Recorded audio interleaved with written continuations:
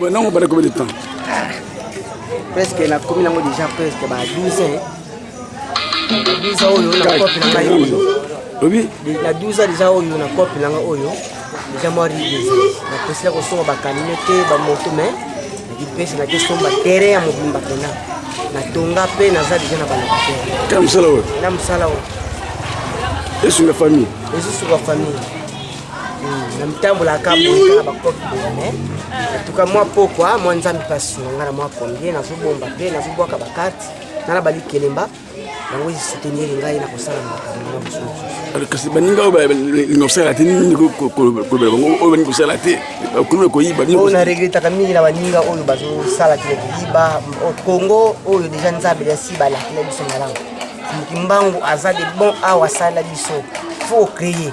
On a une minute où il faut créer. Et bien, nous avons une banissa, des coordonnées, pourquoi pas ajouter un bana, nous avons un peu de d'accord.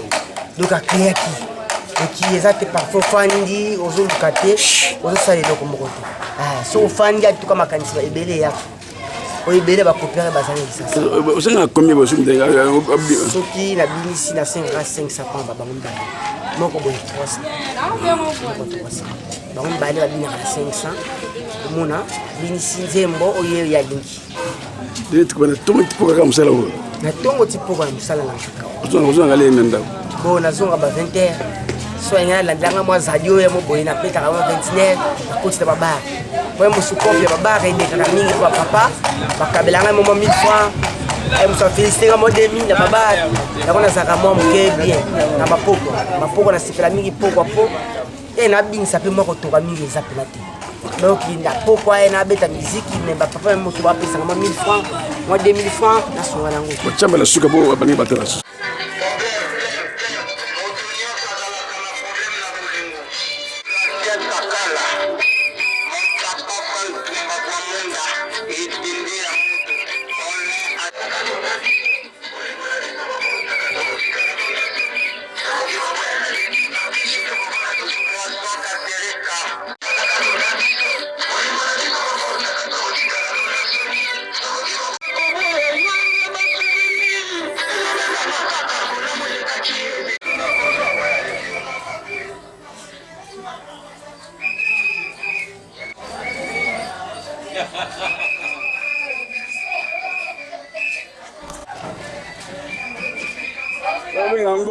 courageux, eza bongo aza pena vrai courageux.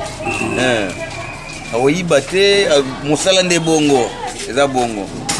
Kabon bandikisa musala ala ko musala nyo ende musala ebele.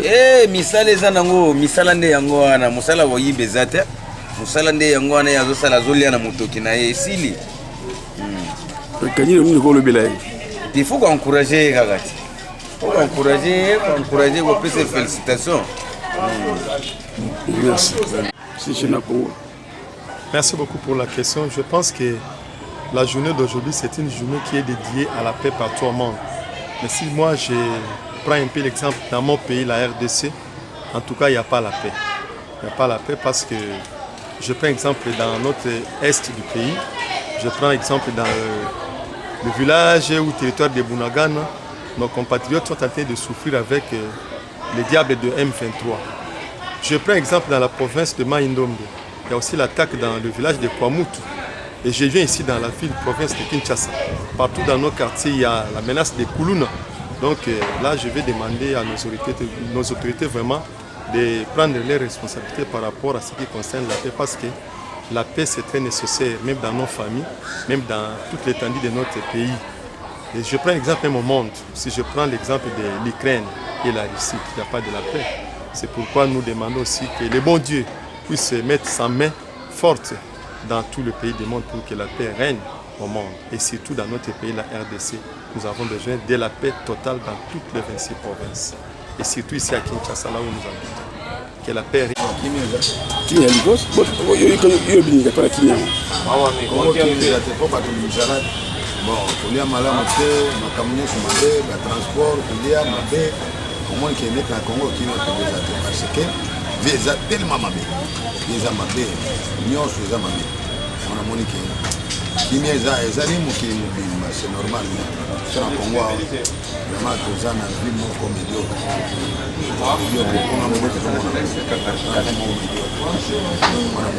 Parce que quand tu m'écoutes au Olympique, Kimia écoute. Bakonjuma bon ça. Bakonjuma bon ça, ba ibane wana ba. Bon ça. Banda wana ba. Samba ngo ba ko ça moyo mshuzate. Wale foka ka biso vivre na ngolo ya nzambe. Nzambe de mutazo sunga biso ya moto zozo. Zabo mo ba lubake. Mboka izo zika me, bato izo zika te, moto izo pele me, bato ba zika te. Moni antoa vraiment de ya bona na yana c'est mondial yo bini. Bon, la journée mondiale, il y a Kimia. Nous avons mboka na biso tozana Kimia te. Parce que intérieurement, tozana nous menacé. Kimia eza eloko yo o mutu arola mukanango avant de ne pas vivre. Actuellement, avec ce qui se passe du point de vue social, nous avons la Kimia te. Nous sommes arola mukanatongo à éviter en lien nini. Donc, on a et puis, du point de vue économique, tout le monde a besoin surtout du point de vue sécuritaire, nous avons la guerre est allée, la relation avec Nikuna, nous allons continuer et puis, il y a un phénomène où nous avons donc, la journée mondiale, il y a Kimia, congolais Kimia. Au moins, Kimia, on a que de vivre sous longtemps. Très bien. Journée en l'air. Ok. Bon, Toso Pesano Ntambe, merci parce que les à mettre des temps et des circonstances. Sur le Koloba, pour la Kimia Nambo Cannabiso, j'aime Jésus Tangazoloba. Je vous donne la paix, je vous laisse ma paix. Donc Toso c'est vraiment na ba continue autorité, autorité Ambo Cannabiso, autorité il y a monde entier. On a cas où il y a est et suis-moi ba mikolo.